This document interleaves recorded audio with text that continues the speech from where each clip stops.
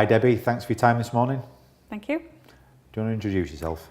I'm Debbie Whitaker. I'm Managing Director of Not Just Numbers, an accountancy practice based in Leeds, and we've been trading 7 years. Wow, 7-year itch, eh? Yeah. So, how long ago is it since we met and how did we meet? So we met through a network and peer-to-peer group called Business in Yorkshire, and I think we had a coffee when I'd first set up in 2011. At that time I wasn't ready to work with anybody, or didn't think I needed to. And then 2 years in, it was our third birthday. It was our third birthday, so it'll be 4 years ago, so we're 7 next month. And you said, happy birthday on LinkedIn. Do you need a coffee? And it sort of sparked me to think, yeah, actually that'd be really useful. Because we'd had conversations previously about what you could offer. So what was it that prompted you to have that coffee? How were you feeling about your business at that moment? 3 years in, so a lot of businesses just get to that kind of critical mass at that point. How were you feeling about your business at that point? So 3 years in, we'd been working silly hours, building really, really slowly, not really marketing, not really pushing ourselves. And we were completely over-delivering for our clients, and I had a complete mental block about putting my prices up. I knew it was something you could help me with, so the prompt on LinkedIn was just enough to say, can we have a coffee and see how we can help, because pricing at that time was causing me lots of anxiety and stress, and it was just how do I do it? How do I get my pricing in the right place and actually get the value that we're actually providing for our clients. And where was that stress and anxiety coming from? What was the impact of you not being able to put your prices up? It just meant we couldn't grow the team. We were just working silly hours and not really reaping the benefit of the hard work that we were putting in. And it was that fear factor of, if I put my prices up, will everybody leave me? Because the market's very, very competitive. And I knew we offered a very different service, but we weren't really charging for that service. We were literally trying to compete with the high street accountants, which I knew we were delivering way in excess of what that was. So we had to somehow work out what our value was, and I didn't really know where to start, so hence the coffee. And you saying there, you touched on it, you were really, really fearful if you put your prices up that you'd lose kind of droves of customers. Yeah, I just thought they just think, oh well, we can get this anywhere. I didn't think that I did anything that great really. I knew that we did handhold people a lot, and we really looked after their businesses. But I just thought that that's how everybody worked, and I just thought that if we put our prices up, we'll then knock ourselves out of the market, and people will think they can get the same service somewhere else for less money. So it was a massive fear factor for me, and it used to cause me real sleepless nights as to how I was going to approach it. And you obviously work with a lot of customers. Do you see that same theme with your customers, that they're fearful of putting prices up, that they're over delivering and therefore undercharged? Do you see that a lot with the customers you work with? Yeah, massively. And I'm the first one to say, put your prices up. Let's see how we can help you do that, and look at how they can achieve that. But it's different when it's you.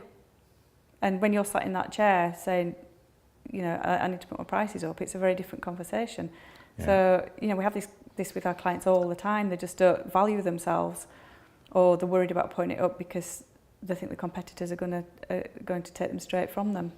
Yeah, it's tough out there, isn't it? So had you, when we sat down to have that coffee where you clearly needed help because you were anxious, as you say, you were having sleepless nights, you couldn't invest in your team, had you tried to put your prices up previously and failed, or is it something that you just acknowledged that you needed to do but you'd never?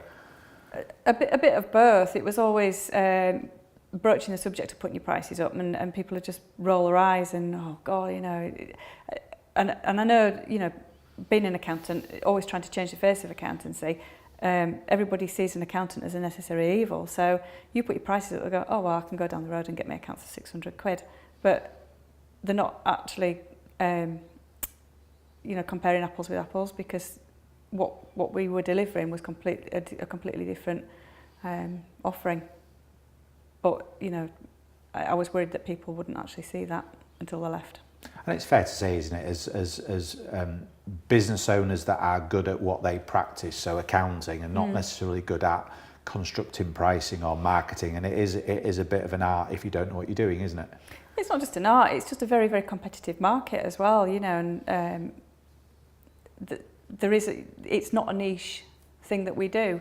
There are thousands of us out there, and I'd always sort of benchmark myself against smaller practices, but in reality we weren't offering the same as a smaller practice. So we were completely over delivering, and that then knocked us back. We then couldn't, you know, because we weren't charging enough, we couldn't afford more resource to deliver that work, and it just becomes a vicious circle. So at some point you've got to address it, and that was our time to. It traps you, doesn't it? Yeah, completely. You've just got to acknowledge you need help and go and get it. And on that point, acknowledging that you need help and going and getting it, there's clearly many people that sit in my space out there. Why was I attractive to you? Why did you choose me to work with? Why did you choose Tendo to work with? It's a funny one, really, because I actually didn't approach you originally, and I was worried about approaching you because I thought I was too small to deal with, and I thought you'd just laugh at my business, and I thought I'd be not completely on your radar, or, you know, I just felt like a little minion, really. But I went and had the coffee with you because you held an olive branch out and said, do you need any help? And it was just that trigger that, you know, you were watching businesses and obviously trying to engage with people, and made the effort, and it was just about making the effort, really. Okay. And the coffee that we'd had a couple of years earlier, I knew what you could do. I just wasn't sure if we were a good fit, but I thought, well, what can I lose? Go have a coffee. And sometimes it's just about building up that trust and that awareness and that understanding that somebody's capable to sort you out with the particular challenges that you're facing at that time, isn't it? Yeah, and I think understanding a lot more about where I was, I knew that you had a very direct approach, and I think I actually needed that at that point, because actually people pandering to me and saying it'll all be fine. I needed a kick up the backside to do it, and I thought you were the right person and the right attitude to do that. Okay. Whether I liked it or not.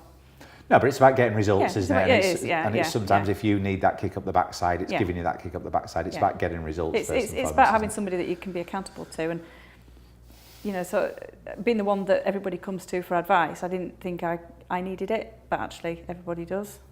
So. Well, everybody should benefit from it, shouldn't they? But it's whether they're open to that support. But it's actually asking for support in the areas you need it, you know, because we're not all good at marketing, we're not all good at accounts, we're not all good, you know, we've all got to accept the bits that we're not good at. So the immediate challenge for you was getting your prices up in line with your value without losing too many customers. Yeah. So what approach did we take? What were the kind of steps that we took over the next 2 or 3 months when we were working together? So we identified the clients that we had. We identified what prices they were currently at, what services we were delivering, which were the painful customers, and we've all got them, which were the ones that we could probably live without, and that would probably leave us if we did put our prices up, but they were the right ones to go. But from that, it led to a lot more than just pricing. So, you know, there was a lot more to address than just pricing. It was just how the team were engaged, and we ended up looking at the whole package. But in terms of pricing, that was the immediate need. So it was just looking at where we could improve and where we could get prices up, where we thought we could get people into the right package. Well, we put a business plan together for you, didn't we? Just a simple one-page business plan. But the fact of the matter is, you know, if you are differentiated enough and delivering high enough value to justify a premium price, you've got to make sure that your systems and your people are all aligned to deliver that value. And this is about earning the money to be able to invest in the team. So you've got better qualified, better trained people that in turn wins you more business. So it's a self-fulfilling prophecy almost. Yeah, I mean, at the time, I think I had, there were 2 full-time and 1 part-time, I think, at that time. And I was working all the hours just to try and deliver the service that we'd promised. So it was a really tough gig at that time. And just putting a plan together to see how we could get the prices up, how many more staff we could bring on board, and how that would make life much easier. And that's where we took it. And if you fast forward then, where are your, as a percentage, where are your prices now versus where they were when we sat down and had that coffee? Well, my prices have probably gone up of well over 50%, actually more.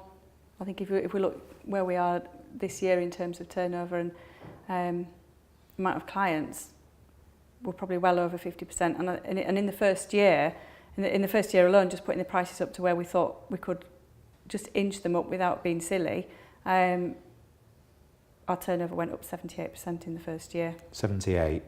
That's a pretty stunning result, isn't it? We've had 78% in the first year, and then we've had between 25 and 30% growth year on year.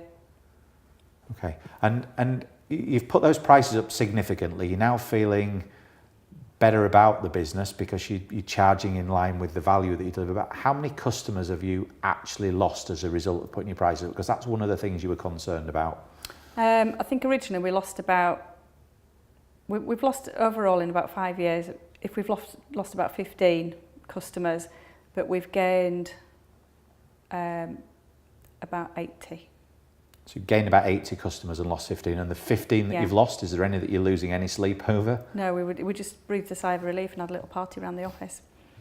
So that's what it's about, isn't it? Yeah. So now you're in a position where you've got kind of 60 plus more customers, increased revenue, better prices. What does that allow you to do with your business and your team right now? We've just got more money to invest in the team. We've invested in software, which we're really passionate about, and we've invested in systems, which we really believe in. It's enabled us to upskill our team, to bring better qualified people on board, and it's enabled me to hand some of my role over and free my time up to spend more time developing the business. Okay. So how do you feel about your business right now? So going back to when you were sleepless, your sleepless nights, anxious, tired, stressed, all of those kind of emotions. Where are you right now? How are you feeling about your business right now? I'm really proud of what we've done. Really proud. You know, we've built a really good brand. I'm amazed at how many people know about us. We've developed a brilliant reputation for what we do, and we've got to the point now where we put a price out, and I've got much braver. So if people don't want to pay that price, I'll say, that's fine, you're not the right client for us, and I'm much braver at that. Or if I put a package together now and they'll say, well, actually it's a little bit too much for me, I'll say, well, what do you want me to take out? So my whole attitude and outlook to pricing has changed completely, and we're in a much better place. We've got a structured pricing regime, and it's much easier to price jobs up. It's a lot more straightforward, spending less time stewing over it and worrying about it, and we're just putting prices out and just saying, that's the price. If you want to work with us, you'll get value. If you don't, that's your choice. Because that was your biggest hurdle, wasn't it? Yeah. That you were afraid to even when we put the prices up, you were afraid to put those prices into a new customer because you were afraid that they were going to say no. Yeah. Or you were afraid that an existing customer was going to walk away. Flip that to where you are now. You're confident in your value, you're confident in your pricing, you're confident in your ability to deliver what you're good at. And if somebody is not prepared to invest in that, then you're comfortable to let them walk away. We've turned clients away because we're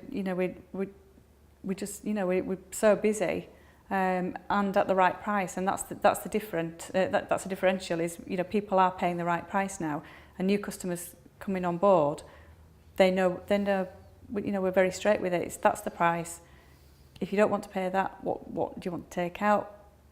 But you know, the feedback that we're getting is, you know, people are more than happy to pay it because they're getting the service, and that's the value. That's where it needed to be, and that's where it is. So, and it's a constant review process. And so now you're building the right team, you've increased your team significantly, you've moved offices, you're investing in software, some fantastic opportunities in front of you. Oh, amazing, yeah. And, you know, one thing it's taught me is to listen to my gut, and a lot of people don't do it, and I used to just, my gut was screaming at me, and I was saying, no, I've got to do it. Oh, I'll just knock that down a little bit, and I don't do that anymore. I just listen to my gut and say, that's not right for us. And we've been very, very distinct. We've been really clear about what customers we want, and you've helped us do that, you know, in really identifying, well, you know, what's your avatar, what's the true client, what's a really good client for you, and it's made us much more aware of what we do want and what we don't want. So now if something doesn't sit right, we don't go with it. Yeah, absolutely. So it's made me a bit braver as well. Great. Well, look, it's been a real pleasure listening to you this morning. It's been absolutely fantastic working with you over the last few years, and best of luck with the next steps. Thank you very much. Thank you. Thank you.